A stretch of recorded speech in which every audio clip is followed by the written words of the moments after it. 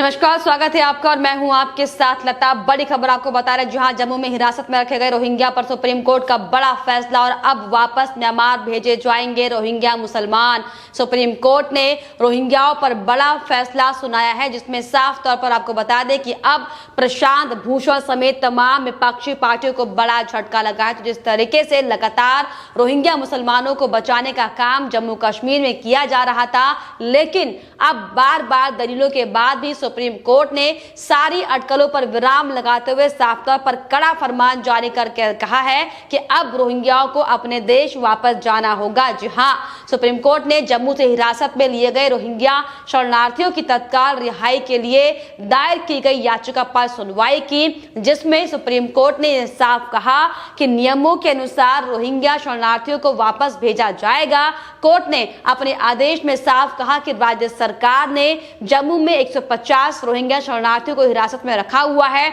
और उन्हें अब वापस नियमों के अनुसार म्यांमार भेजा जाएगा। दरअसल आपको बता दें, एक जनहित याचिका में यह मांग की गई थी कि रोहिंग्या शरणार्थियों को वापस म्यांमार ना भेजा जाए, क्योंकि वहां पर उनको जान का खतरा है। और आपको बता दें, सुप्रीम कोर्ट ने याचिका खारिज करते हुए साफ तौर पर कहा कि विदेशी नागरिक या फिर शरणार्थियों को वापस उनके देश भेजने की जो भी प्रक्रिया है और जो नियम है उसका पालन करते हुए अब भारत सरकार उन्हें वापस म्यांमार भेजेगी। यानी कि फिलहाल जम्मू में पकड़े गए रोहिंग्या शरणार्थियों को रिहा नहीं किया जाएगा। और कोर्ट के आदेश के अनुसार आपको बताते चले, जैसे ही उन्हें वापस भेजने की कागजी कार्रवाई पूरी हो जाती है, उन्हें सरकार वापस भेजेगी। और वहीं सुप्रीम कोर्ट के इस आदेश के बाद बाकी रोहिंग्या शरणार्थियों को भी वापस भेजने का रास्ता अब पूरी तरीके से साफ होता दिखाई पड़ रहा है। तो साफ तौर पर बड़ा झटका तमाम विपक्षियों को लगा है, जो लगातार रोहिंग्याओं की सिफारिश करते आ रहे थे,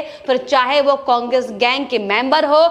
या फिर फारूक अब्दुल्ला हो, क्योंकि जिस तरीके से केंद्र सरकार की कार्रवाई पर प्रदेश के पूर्व मुख्यमंत्री फारूक अब्दुल्ला ने आपत्ति जताई थी और ये मांग की थी कि मोदी सरकार रोहिंग्या संकट को मानवता की दृष्टि से देखे। हालांकि आपको बताते चले कि केंद्र सरकार लगातार इस पूरे मामले का विरोध करती आ रही थी और केंद्र की ओर से कहा भी गया था कि भारत अवैध घुसपैठियों की राजधानी नहीं बन सकता। सरकार का साफ कहना था कि रोहिंग्या पूरी तरह से अवैध घुसपैठिए हैं और देश की सुरक्षा के लिए खतरा है। और आपको बताते चले कि रोहिंग्याओं की ओर से प्रशांत भूषण ने भी सरकार के इस कदम को सुप्रीम कोर्ट में चुनौती दी थी और याचिका दाखिल कर ये मांग की थी कि इन लोगों को रिहा कर भारत में ही रहने दिया जाए। आपको बता दें, प्रशांत भूषण ने कहा था कि म्यांमार में अभी स्थिति खराब है। म्यांमार में सेना रोहिंग्या बच्चे को मार रही है और यौन प्रताड़ना की जा रही है। हालांकि केंद्र सरकार ने लगातार इसका विरोध किया था, लेकिन आपको बताते चले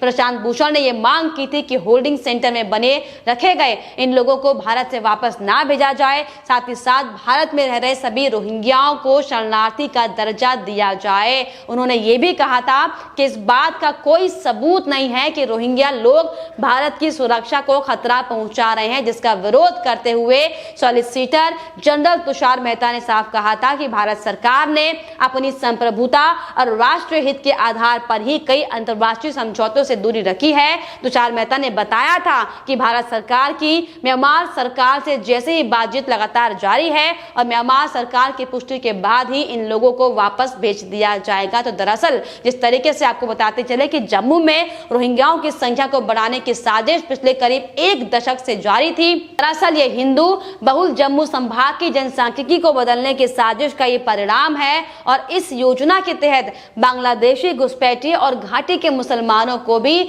जम्मू में बसाया गया। उन्हें रोशनी एक्ट की आड़ में भूमि आवंटित की गई और मतदाता बनाया गया, वोटर बैंक की तरह इस्तेमाल किया गया ताकि चुनावी समीकरणों को प्रभावित किया जा सके, जिसका जीता जागता उदाहरण बंगाल में देखने को मिला था, जहां पर रोहिंग्या घुसपैठियों को राजनीतिक प्रश्न देकर बंगाल में बड़ी संख्या में बसाया गया। और अब जिस तरीके से वहां पर चुनावी फसल काटने की तैयारी लगभग हो चुकी है और इसीलिए ममता बनर्जी ने भी रोहिंग्या और बांग्लादेशी घुसपैठियों को सभी अल्पसंख्यकों से एकजुट होकर तृणमूल को वोट देने की अपील की है। तो साफ तौर पर आपको बताते चले कि हालांकि इन तमाम मुद्दों को लेकर तमाम राष्ट्रवादी संगठन इन आपराधिक प्रवृत्ति के अवैध घुसपैठियों को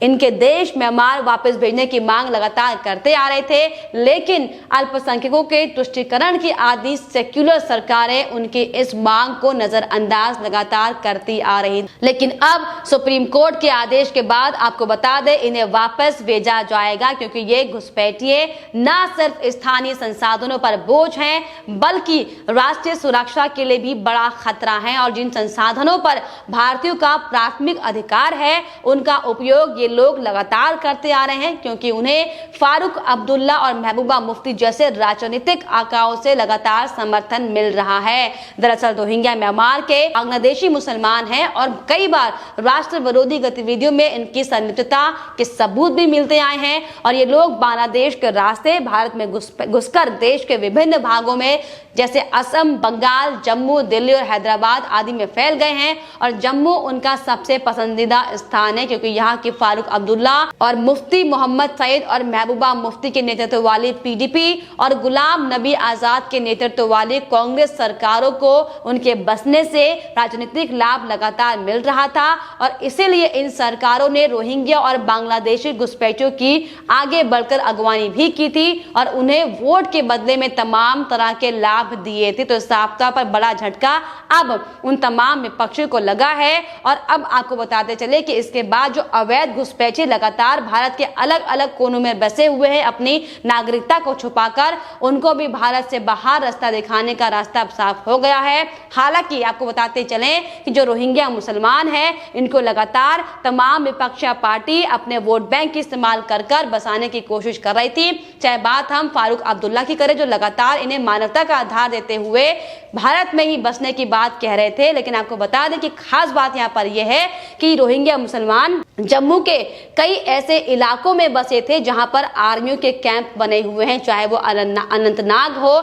या फिर सांबा इलाका हो। जो कई अलग अलग जो जम्मू में जो आर्मी फोर्सेस के कैंप है, उन्हीं के पास आखिर इनका ठिकाना क्यों लगा हुआ था, इसको लेकर भी लगातार तमाम सवाल खड़े होते आ रहे थे। लेकिन अब आपको बताते चले कि केंद्र सरकार की मांग के बाद सुप्रीम कोर्ट ने जो बड़ा फैसला यहाँ पर सुनाया है, जिसको लेकर उन तमाम विपक्षियों को अब इस पर बड़ा झटका लगा है, क्योंकि ये रोहिंग्या मुसलमान सिर्फ और सिर्फ विपक्षी पार्टियों का वोट बैंक थे, जिनका इस्तेमाल लगातार तमाम विपक्षी पार्टी, तमाम सेक्युलर सरकारें सिर्फ और सिर्फ अपने लाभ के लिए, राजनीतिक लाभ के लिए करती आ रही थी। तो आपको बताते चले कि पिछले लंबे समय से लगातार केंद्र सरकार रोहिंग्या मुसलमानों को देश से बाहर करने के लिए कई तरह की कार्रवाई करने की बात कह रही थी। लेकिन अब वो वक्त है जब केंद्र सरकार की यहाँ पर बड़ी जीत हुई है, क्योंकि हमने देखा था कि कैसे जब जम्मू कश्मीर में 150 रोहिंग्या मुसलमान मिले थे और जब उनका वेरिफिकेशन किया गया था, तो कैसे उनके पास से फर्जी दस्तावेज पुलिस को मिले थे, जिस तरीके से नाम बदलकर वोटर आईडी कार्ड बनवाए गए थे, आधार कार्ड बनवाए गए थे, उसको लेकर भी बड़ा खुलासा हुआ था। लेकिन अब उन्हीं फर्जी दस्तावेजों के आधार पर, हालांकि अब तक उन्हें होल्डिंग सेंटर में रखा गया था, लेकिन अब साफ तौर पर आपको बताते चले कि सुप्रीम कोर्ट ने बड़ा फैसला देते हुए ये साफ कर दिया है कि अब रोहिंग्या मुसलमानों को उनके देश वापस जाना होगा, क्योंकि जिस तरीके से लगातार जो देश विरोधी घटनाओं की, देश विरोधी गतिविधियों की लगातार जो सबूत इन रोहिंग्या मुसलमान के पास से मिले हैं, इन तमाम तथ्यों को सामने रखते हुए केंद्र सरकार बार बार ये मांग कर रही थी कि जिस तरीके से रोहिंग्या मुसलमान बांग्लादेश की सीमाओं से भारत में घुसे और कैसे देश के कोने कोने में अलग अलग इलाकों में जाकर बस गए और किस तरीके से अवैध तरीके से यहाँ पर इनको बसाया गया। हालांकि ये बड़ा सवाल है, लेकिन आपको बताते चले कि अब सुप्रीम कोर्ट के बड़े फैसले के बाद इन तमाम जो घुसपैठी जो लोग अब तक भारत में बैठे हुए थे और जो इन घुसपैठियों को संरक्षण अभी तक दे रहे थे, उनके लिए बड़ा झटका है। क्योंकि जिस तरीके से अगर हम पश्चिम बंगाल की बात करें, फिलहाल वहां पर चुनाव का दौर जारी है और ऐसे में लगातार अब तक ममता बनर्जी ने जिस तरीके से तुष्टीकरण की राजनीति की थी और सिर्फ अराजकता का माहौल बनाकर सिर्फ और सिर्फ घुसपैठियों को संरक्षण देकर कैसे वोट बैंक के तौर पर उनका इस्तेमाल किया था, इन सब की बानगी हालांकि बार बार देखने को मिली थी। क्योंकि जिस तरीके से अलग अलग जगह पर जो भी घटनाएं सामने आई थी, देश विरोधी घटनाक्रम जो लगातार सामने आए थे, इनमें कई बार रोहिंग्या मुसलमानों का नाम भी सामने आया था, जिसको ध्यान में रखते हुए साफ तौर पर सुप्रीम कोर्ट ने भी बड़ा फैसला सुनाया। और अब आपको बताते चले कि अब जितने भी देश के कोने कोने में जो घुसपैठी है, अपना नाम बदलकर, पहचान बदलकर जो बैठे हुए हैं, अब उन्हें भी भारत की सरजमी को छोड़कर अपने देश वापस जाना होगा, जिसको लेकर लगातार अब विपक्षी पार्टियों में बौखलाहट भी तेज दिखाई पड़ रही है। फिलहाल इस पर आपकी क्या राय हमें कमेंट बॉक्स में जरूर लिखिएगा। साथ ही साथ हमारे चैनल को सब्सक्राइब करना भी ना भूलें।